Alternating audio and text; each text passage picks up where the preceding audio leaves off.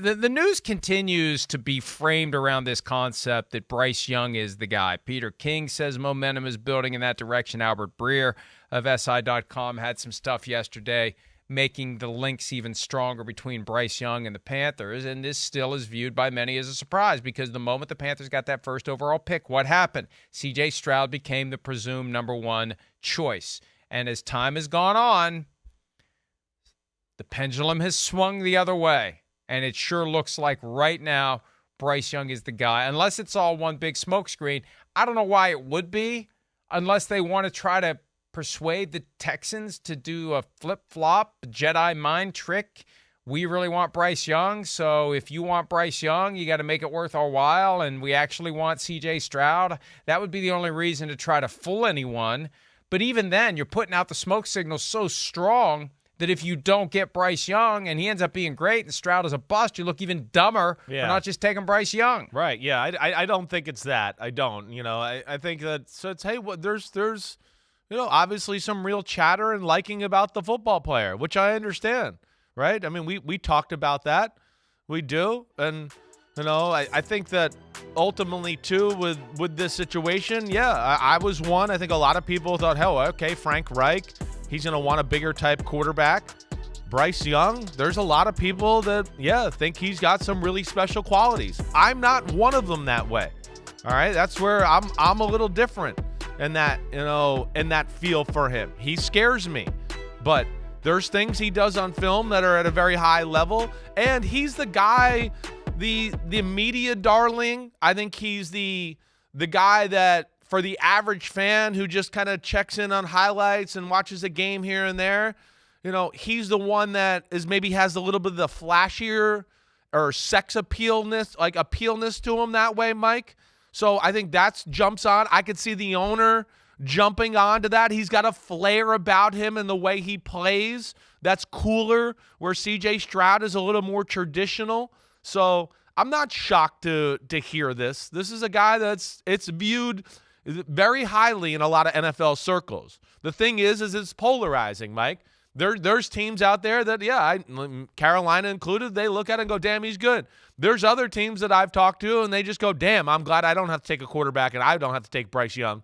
Thank God I don't have to deal with that, right? So, again, there's risk here because of the size of the player and whatever else there. But I think they could like both, and the momentum or the chatter could be real, Mike. This could be one. Let me ask you this.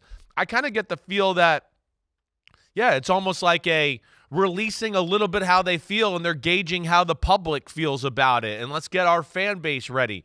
It almost has that type of feel, unless it's just kind of still totally up in the air and they're not sure what they want to do yet. I think that's a key component of effective and productive public relations. To the extent that the presumption became C.J. Stroud's the guy, you've got to get people comfortable with the fact that you're changing how you're thinking. I think that's a valid point. That's a good point. And look, anytime I see the word Tepper in any of these reports, and Breer mentioned that David Tepper and his wife Nicole spent a lot of time with Bryce Young's parents at the Pro Day workout, and there's a cognitive test that is used to determine the processing speed when you're in that blender trying to make decisions as a quarterback as to where you're going to throw the football. It's called the S2 test. Yeah. Tepper's a big believer in that, and Bryce Young did really, really well on it. And again, I don't mean this in a negative way. The guy owns the damn team. He can do whatever he wants. And we're so worried about meddling owners. Ooh, they're meddling. Hell, Jerry Jones is the GM of the freaking team. Like, the owner's allowed to have input. The owner's allowed to have say. But I think a lot of us believe, and rightfully so, that the owner isn't an expert. How are you trying to make yourself into an expert? Why are you insinuating yourself into the football operation? Why are you watching film? That you don't, you're just the money person. Stay out of this. But look, Tepper's in it. So there's no way that Tepper's going to be in it and not have opinions, especially that guy. And I don't mean that in a pejorative way. David Tepper is not the guy who's going to show up and spend time and just go, I don't know. He's going to have an opinion. Sure. And he's going to make his opinion known. And he's not going to say, I own the team. You work for me. You take Bryce Young. He's not going to have to. Yeah. No, that's not how it works. No, I know. So they're going to know who the boss wants, and they're going to take who the boss wants because they want to keep working for the boss. Sure. I mean, as long as the boss isn't totally off the rails. Like, if the boss likes a guy that's like, they're like, well, he's not going until the, like, pick 50, boss. We don't need to take him there. Yeah, but I think generally your point is real. Yes, I hear you there. Now, the thing they got to be worried about is, and this is what I worry about a little bit. I like Bryce Young, and when you watch his highlights and you study him, there's a lot of cool and stuff like that. He's charismatic. He's got $1 million smile. He's got all the intangibles. To me, what you got to worry about, though, is that you just don't draft them because of that, right? I know so many coaches who've drafted quarterbacks because they had all these intangibles and then didn't have tangible talent on the football field. And you go, well, damn, yeah. So that's where the $1 million question is, because he's got all of that stuff. And there is, of course, he's worthy of being the first pick of the draft. But he's got plays and things to me in Alabama where I go, I don't know if he's going to be able to do this in the NFL. I don't know if this is really realistic. And then there's things, of course, that concern you about some of his physical attributes as far as just the play on the field, too, let alone can he stay healthy. And that's where it's a really interesting discussion, decision, and all of that. And they're going to have to balance that. And, yeah, right now it sounds like Bryce Young is going to be that guy at number 1. And then the Houston Texans – they then will get C.J. Stroud, and off we go with the NFL draft. Hey, and bottom line is this. Bryce Young is 5'10" and an eighth. Yeah. He weighed in at 204, 205 at the scouting combine, where he didn't work out. And then when he did work out, he didn't weigh in, which means that he went to the bathroom between right. the scouting combine and his pro day workout, and he's under 200. He's one of the smallest quarterbacks we will have seen. We've went through this with Tua Tagovailoa. The physics aren't in your favor. You better be able to avoid contact. You better have a plan for when you get hit. You better know how to fall.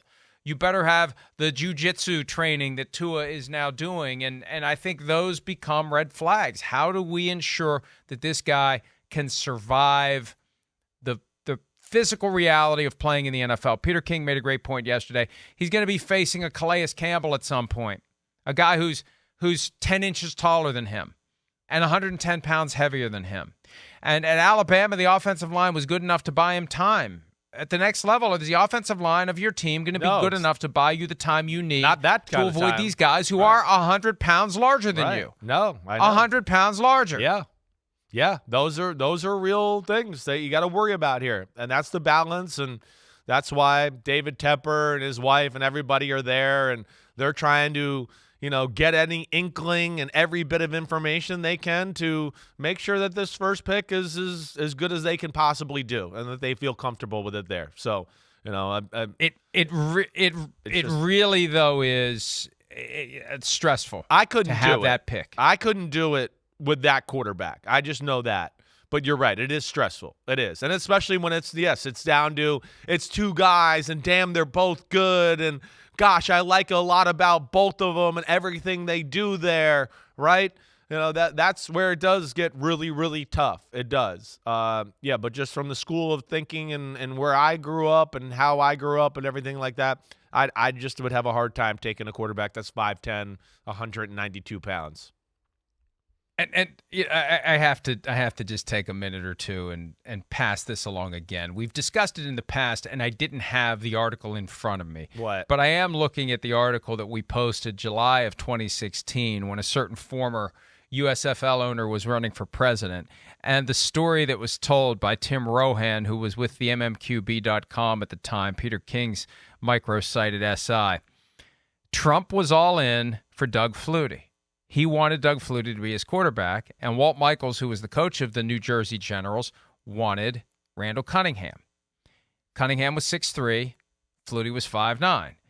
And to try to convince Trump of their position, they brought in a guy who was 6'3" and a guy who was 5'9", and said, look, this is why we want Randall Cunningham. Look at the difference between 6'3" and 5'9", and that's the one thing we can't lose sight of here. You put Bryce Young next to C.J. Stroud. You put Bryce Young next to any of these quarterback prospects. There is a physical difference that is inescapable. And, Chris, a point you've made about Kyler Murray in the past. There's a certain number of coaches that would want nothing to do with him because of his size. Bill Parcells would want nothing to do with Kyler Murray and thus nothing to do with Bryce Young because of their size. They're too small in the eyes of some, in the eyes of many. Many are saying that they are too short to play quarterback. Yeah, they're just some people who don't believe that. And, you know, Mike, you know how my world works.